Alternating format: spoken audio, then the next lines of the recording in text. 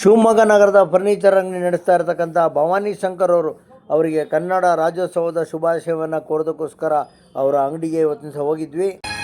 ಅಪಾರ ಕೀರ್ತಿ ಗಳಿಸಿ ಮೆರವ ಭವ್ಯ ನಾಡಿದು ಕರ್ನಾಟಕದುವೆ ನೃತ್ಯ ಶಿಲ್ಪಕಲೆಯ ಬೀಡಿದು.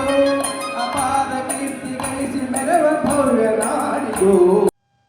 ಹಲೋ ನಮ್ಮ ಶಿವಮೊಗ್ಗ. ಹಲೋ ಎಸ್ ನಮಸ್ಕಾರ. ನಾನು ಶಿವಮೊಗ್ಗ ವಿರೂಪಾಕ್ಷ ಮಾತನಾಡ್ತಾ ಇದ್ದೀನಿ. ಇವತ್ತಿನ ದಿವಸ ಶಿವಮೊಗ್ಗದ ಅಲ್ಲಮ್ಮ ಪ್ರಭು ಫ್ರೀಡಂ ಪಾರ್ಕ್ ಹತ್ರ ಇರ್ತಕ್ಕಂಥ ನಮ್ಮ ಭವಾನಿ ಶಂಕರ್ ರಾವ್ ಅವರು 80 ವರ್ಷ ವಯಸ್ಸಾಗಿದ್ರು. ಇವತ್ತಿನ ದಿವಸ ತುಂಬಾ ಅತ್ಯುತ್ತಮವಾಗಿರ್ತಕ್ಕಂಥ ಹಾಡನ್ನ ಹೇಳ್ತಾರೆ. ಜನಪದ ಗೀತೆ ಇರ್ಬೋದು, ಚಿತ್ರಗೀತೆ ಇರ್ಬೋದು, ಭಾವಗೀತೆ ಇರ್ಬೋದು, ಬಹಳ ಅದ್ಭುತವಾಗಿ ಅವರು ತಮ್ಮ ಹಾಡಿನ ಒಂದು ಸ್ಫೂರ್ತಿಯನ್ನ ಇವತ್ತಿಗೂ ಇಟ್ಕೊಂಡಿದ್ದಾರೆ.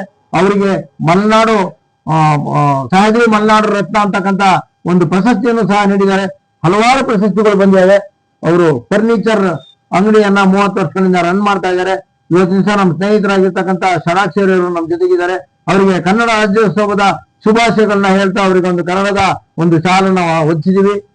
ಕನ್ನಡದ ಮಕ್ಕಳೆಲ್ಲ ಒಂದಾಗಿ ಬನ್ನಿ, ತಾಯ್ನಾಡ ಜಯಭೇರಿ ನಾವಾಗವೆ.